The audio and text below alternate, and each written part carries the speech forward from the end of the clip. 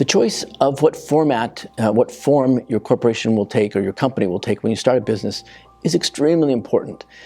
As I mentioned before, it can be a real challenge because the business people who are forming a corporation are very excited about what's going to happen and very optimistic, and they don't foresee any of the negative consequences. A friend of mine started a marijuana growing business in Colorado.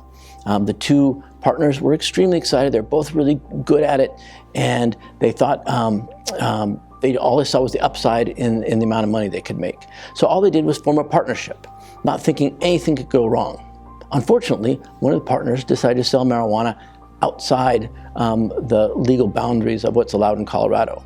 At that point, all sorts of bad things can happen.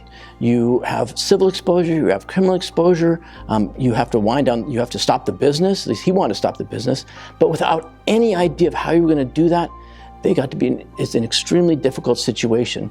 And the liability for him, for his family, for the business, the stakes are so high. So a little bit of thinking about what you're going to do and what's going to happen all the way through the process will save you lots and lots of heartache when you actually start the business.